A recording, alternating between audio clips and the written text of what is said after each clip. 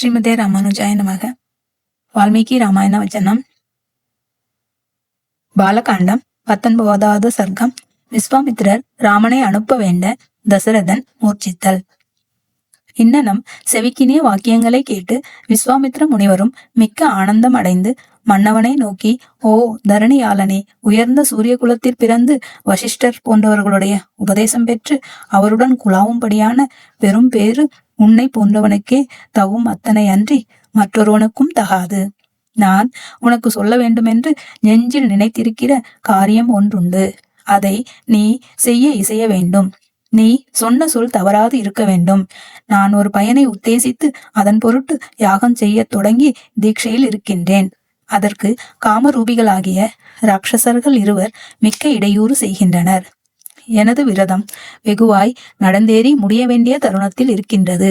ஆனால் அதை கெடுக்க சுபாகு மாரீச்சர்கள் என்ற ராட்சசர்கள் இருவரும் மாம்சங்களையும் இரத்த வெள்ளத்தையும் கொண்டு வந்து அந்த யாக வேதிக்கு நாற்புறத்திலும் பொழிகின்றனர். அதனால் மிக வருத்தம் கொண்டு அங்கிருந்து வந்துவிட்டேன். அரசனே, அவர்களை ஏன் சபிக்க கூடாது என்றால், யாகம் செய்யும் அத்தருணத்தில் கோபம் கொள்ளலாகாது என்பது உனக்கு தெரியாததல்ல. ஆகவே இப்போது நீ செய்ய வேண்டுவதாவது, உனது மூத்த குமாரனாகிய ராமனை என்னுடன் அவசியம் அனுப்ப வேண்டும். அவன் சிறு பிள்ளை ஆகையால் அவர்களை எப்படி வெல்ல முடியும் என்று எண்ண வேண்டாம். இவன் தனது சிறந்த பராக்கிரமத்தினால் யாகத்திற்கு இடையூறு செய்யும் அரக்கர்கள் அனைவரையும் வேரோடு நாசம் செய்ய வல்லவன்.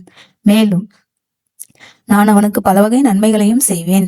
அம்மாரீச சுபாகுக்கள் ராமனுக்கு முன்னே நின்று போர் செய்ய சிறிதும் வல்லவர் அல்லர். ராமனை ஒழிய மற்றொருவன் எவனாயினும் அவர்களை வெல்ல முடியாது. மன்னவர் மணியே, ராமனிடத்தில் பிள்ளை என்னும் பிரீத்தி பாராட்டி எனது விருப்பத்தை தடை செய்ய ஒண்ணாது. நான் சொல்லும் சொல்லை நம்ப வேண்டும். அவன் தக்க வல்லமை உடையவன் என நான் உனக்கு உறுதியாக சொல்லுகிறேன். ராமன் மகாத்மாவென்றும் உண்மையான பராக்கிரம் உடையவன் என்றும் யான் அறிவேன். யானே அன்றி மகானுபாவராகிய வசிஷ்டரும் அறிவர். தவத்தில் தலை நின்ற மற்றுமுள்ள இம்முனிவர்களும் அறிவார்கள்.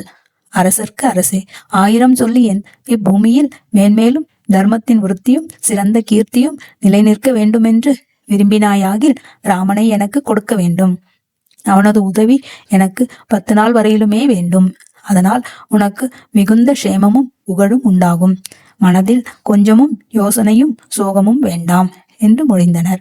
அதை கேட்ட அரசன் மிக்க வனம் கலங்கி மிக்க மன வருத்தமுற்று சிம்மாசனத்தினின்று நடுங்கி வீழ்ந்து மூர்ச்சித்தனன்.